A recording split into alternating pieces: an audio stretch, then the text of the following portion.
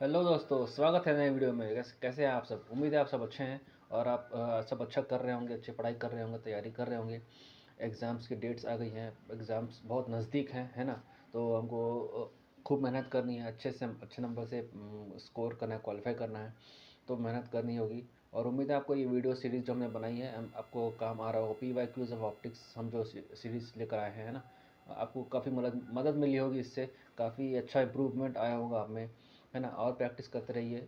आपने उम्मीद है आपने सारे पुराने सीरीज़, इस वीडियो की सीरीज़ के सारे पुराने क्वेश्चन को सॉल्व किए होंगे, आपको कॉन्फिडेंस आया होगा। कॉन्फिडेंस और कॉन्फिडेंस कहाँ से आएगा? जितने ज़्यादा क्वेश्चन प्रैक्टिस करेंगे उतना कॉन्फिडेंस आता रहेगा आप लोग को, है ना? तो प्रैक्टिस करते रहिए, कॉन्फिडेंस लाते रहिए, खूब मेहनत कीजिए। क्वालिफाई करना है ना? एग्ज़ाम क्वालिफाई करना है। एग्ज़ाम के डेट्स बहुत नज़दीक है, खूब मेहनत करना है।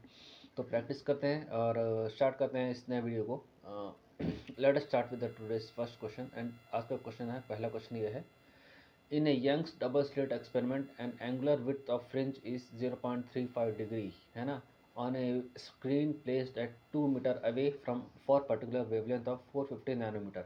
क्या दिया है क्वेश्चन में? यंग्स डबल स्लिट एक्सपेरिमेंट, हमें पता है यंग्स डबल एक्सपेरिमेंट कैसा होता है। टू स्लिट्स दिया हुआ है, यह है पहला स्लिट, यह है दूसरा स्लिट। 2 मीटर अवे पे एक स्क्रीन रखी हुई है, यह स्क्रीन 2 मीटर अवे डिस्टेंस पर रखी है ना? और फॉर पर्टिकुलर एक वेवलेंथ है, 450 नैनोमीटर वेवलेंथ है।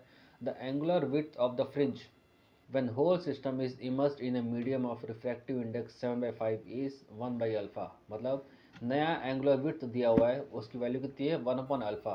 वो 1/अल्फ़ा कब आती है? जब इस मीडियम को आपने एक दूसरे रिफ्रैक्टिव इंडेक्स वाले मीडियम, जिसका इंडेक्स है 7/5, इसमें आपने डुबा दिया है, इमर्स कर दिया है ना? इस मीडियम में आपने डुबा दिया है, तो इसका नया रिफ्रैक्टिव इंडेक्स, इसका रिफ्रैक्टिव इंडेक्स मीडियम का 7/5 है। नया एंगुलर विड्थ, जिसे हम फ्रिंज विड्थ भी कहते हैं, वो है 1/अल्फ़ा। तो आपको अल्फ़ा की वैल्यू बतानी है, इसमें डुबाने के बाद क्या फ़र्क पड़ेगा उस पर। बहुत सिंपल क्वेश्चन है फ्रेंड्स, ट्राई कीजिए बनाने को, कोशिश कीजिए, खुद से बनाने का ट्राई कीजिए। उम्मीद है आपने बहुत सारे क्वेश्चन प्रैक्टिस किए होंगे खुद से, तो आप बना पा रहे होंगे, खुद से सॉल्व कर पा रहे होंगे, खुद से अपना दिमाग लगा पा रहे होंगे, है ना? कीजिए, ट्राई कीजिए, सॉल्व कीजिए, फिर हम बताते हैं थोड़ी देर वेट करने के बाद। Try to solve by yourself.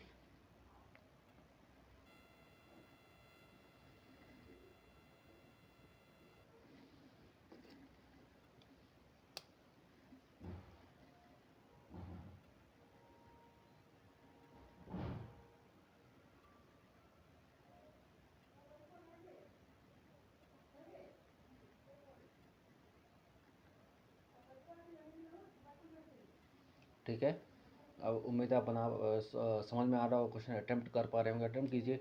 सबसे पहले हमें स्टार्ट कैसे करना है इस क्वेश्चन को, देखिए। सबसे पहले अब गिवन डेटा क्या क्या दिया हुआ हमको देखते हैं हम। गिवन डेटा दिया हुआ, बीटा दिया ऑलरेडी एक फ्रिंज में दिया हुआ, जब एयर में रखा हुआ है नॉर्मल मीडियम में, आपको एक फ्रिंज विड्थ दिया हुआ है 0.35 डिग्री, है ना? 0.35 डिग्री दिया हुआ है। स्क्रीन कैपिटल डी दिया हुआ है, distance between slits and screen capital D, तो ठीक है।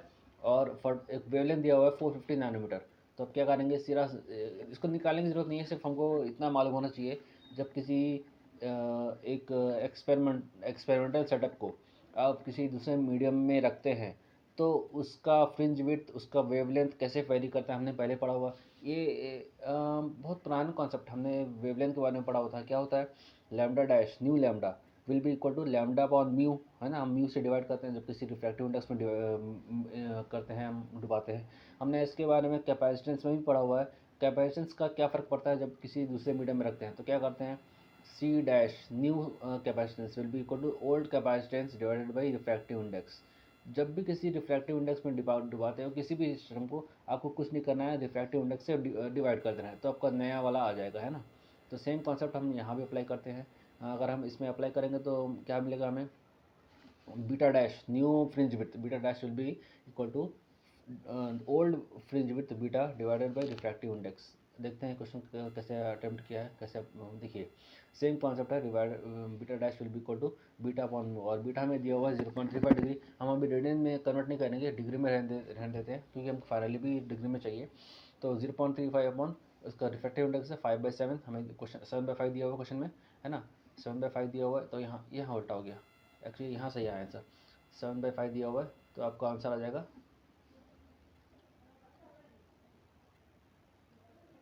यहाँ 7/5 एक्चुअली 7/5 है, 7/5। तो यहाँ आ गया 5, आपको दिया हुआ क्वेश्चन में 7/5 दिया हुआ है, तो मल्टीप्लाई करेंगे 7/5 तो आगे आंसर आपको 0.5 और 5 हो गया 0.25 डिग्री। ठीक है, तो आंसर सही है 7/5 एक्चुअली, थोड़ा सा टाइपिंग मिस्टेक। ठीक है, 7/5 हो गया 0.25 degree is the new fringe width. Now according to question, new angular width of fringe beta dash is equal to 1/अल्फा से दिया हुआ है 0.25 है, और 0.25 को अगर हम 1/अल्फा के टर्म फ्रैक्शन टर्म में लिखें तो 25/100 होता है या 1/4 होता है। ठीक है, तो 1/अल्फा को 1/4 कर देते तो अल्फा की वैल्यू होगी 4। ठीक है, इस तरह कॉन्सेप्चुअल क्वेश्चन था, ये भी थोड़ा कॉन्सेप्ट था, थोड़ा सा ट्रिकी था। कुछ नहीं, आपको याद रखना है जब भी किसी मीडियम को, किसी एक्सपेरिमेंटल सेटअप को आप दूसरे रिफ्रैक्टिव इंडेक्स में डुबाते हो, रिफ्रैक्टिव इंडेक्स उसका डिफरेंट है, तो कुछ नहीं करना है, उस रिफ्रैक्टिव इंडेक्स से डिवाइड कर देना उसको। ठीक है, सेम कॉन्सेप्ट अप्लाई करना है। Now solve this question.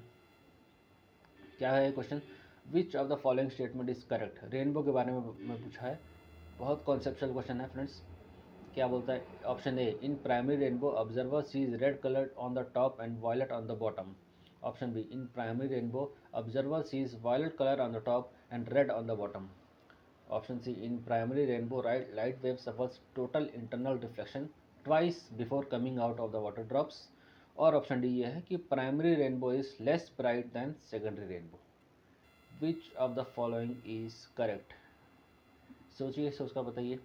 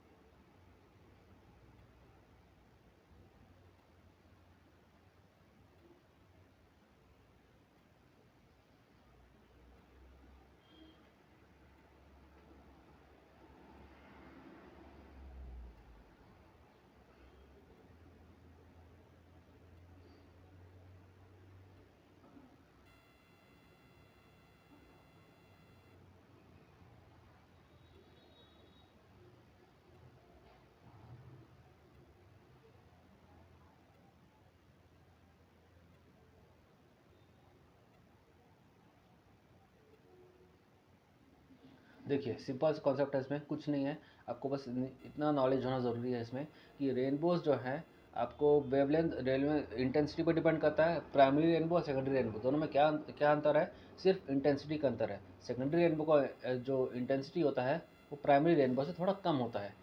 Air intensity wavelength दोनों मैटर करते हैं। Intensity of primary rainbow is more in comparison to secondary rainbow, या सेकेंडरी रेनबो का इंटेंसिटी प्राइमरी रेनबो से कम होता है। ठीक है, और higher is the wavelength, more clearly visible is the colour. हमें पता है विबगियर में, हम जानते हैं विबगियर क्या होता है, हमने बहुत पहले पढ़ा हुआ। विजिबल लाइट में जो 7 कलर्स दिखते हैं रेनबो में, हाईएस्ट वेवलेंथ का सबसे टॉप पे दिखता है और लोएस्ट वेवलेंथ का सबसे नीचे दिखता है, क्लियरली विजिबल ऊपर दिखता है साफ साफ टॉप पे।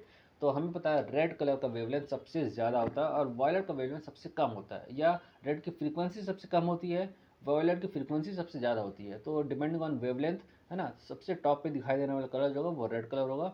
Therefore option A is correct, in primary rainbow observers is red colour on the top and violet on the bottom. ठीक है, तो ये हो गया सिंपल कॉन्सेप्ट। सिर्फ आपको ये याद रखना है इंटेंसिटी और वेवलेंथ इस पर डिपेंड करती है कि आपको कौन सा कलर लास्ट में टॉप पे दिखाई देगा। ठीक है, let us see the next question. What is next question.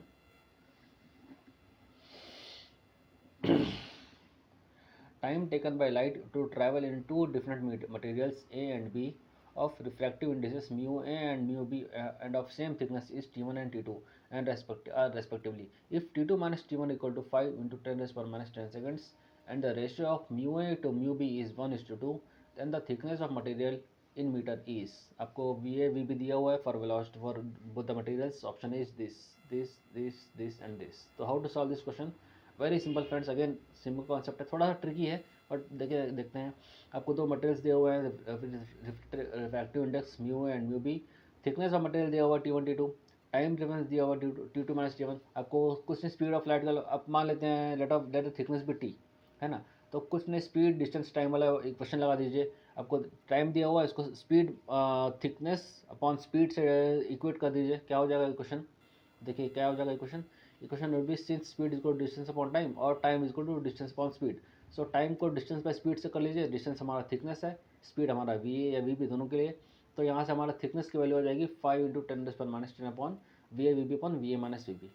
So final answer will be, अगर हमको सॉल्व करें, हमें पता है म्यू और वी इन्वर्सली प्रोपोर्शनल होते हैं। Mu A is inversely proportional to V A, तो म्यू ए ज़्यादा है उसमें तो वी ए इसमें ज़्यादा होगा, है ना। वी ए कम होगा तो V A is equal to V B as mu B is to mu A. So अगर हम उसकी वैल्यू रखते हैं तो हमको वी ए के टर्म में क्वेश्चन जो आएगा वो आएगा 5 इंटू 10⁻10 वी ए। ठीक है, this is the answer, option D is correct. तो फ्रेंड्स, जाने से पहले एक सवाल ट्राई कीजिए इस क्वेश्चन को। अगर आपने पुराने वीडियोस देखे हैं तो आपको इसका आंसर 1 मिनट में आ जाएगा। What happens to power of lens when it is vertically cut into 2 halves. अगर आपने नहीं देखा है तो पुराने वीडियोस देखिए, उसमें इस क्वेश्चन का आंसर है। ठीक है, मिलते हैं अगले वीडियो में। Take care, good bye.